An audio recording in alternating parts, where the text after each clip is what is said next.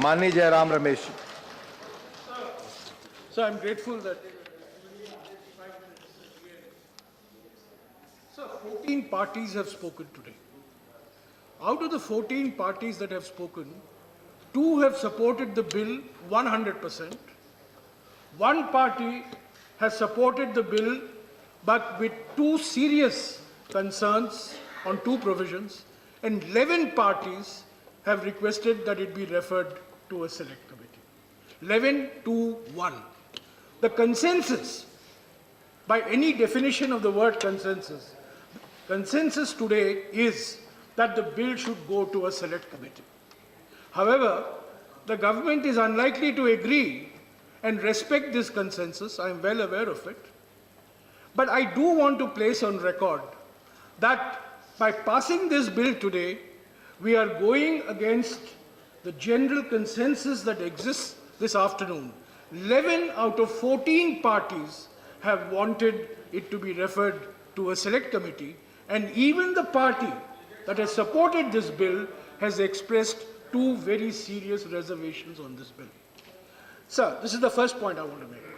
The second point I want to make is that my senior colleague, Digvijay Singh ji, has quoted 2 letters, one from the Niti Aayog and the second one from the Department of Economic Affairs, that have raised serious questions on Section 13 of this bill.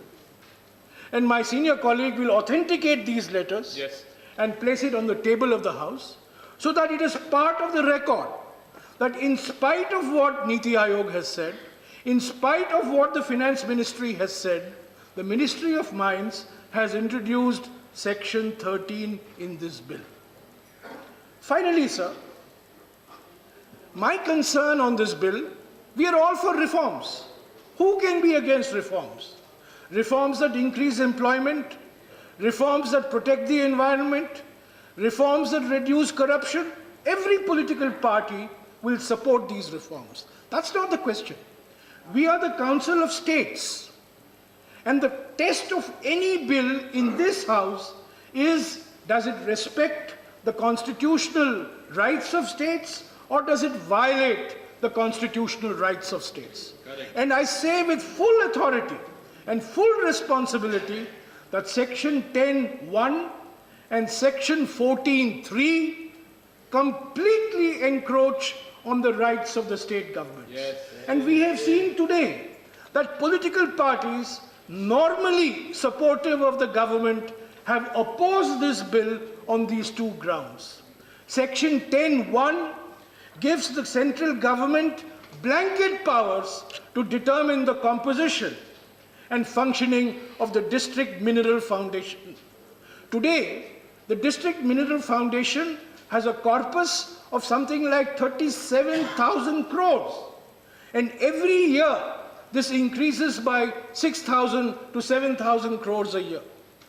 The central government, through Section 10(1), is telling the state government, is telling the district administration, we, the central government, have the powers to determine the composition and the manner of utilization of the District Mineral Foundation. If this is not a slap on the face of the state government, I fail to see what is any other slap. So Section 10(1) is a poisonous provision that abrogates the rights of states. Finally, sir, Section 14(3). Section 14(3) has been raised by my friend Sasmit Patraji, who has supported this bill enthusiastically. But he has also raised this question, that Section 14(3) basically provides powers to the central government to decide on the auction when the state government is unable to auction. Now, a very funny word is used, consultations. Does consultation mean concurrence? Or does consultation means just informing the states? The experience has been consultations means telling the states this is what needs to be done. So, sir, Section 10(1) is violative of state rights. Section 14(3) is a complete mockery of the state government's powers and responsibilities.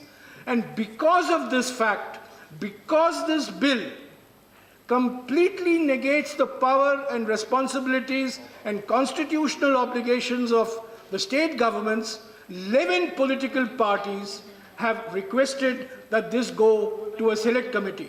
I'm not even talking about the other issues of privatization, of weakening of the public sector. That's a completely separate issue.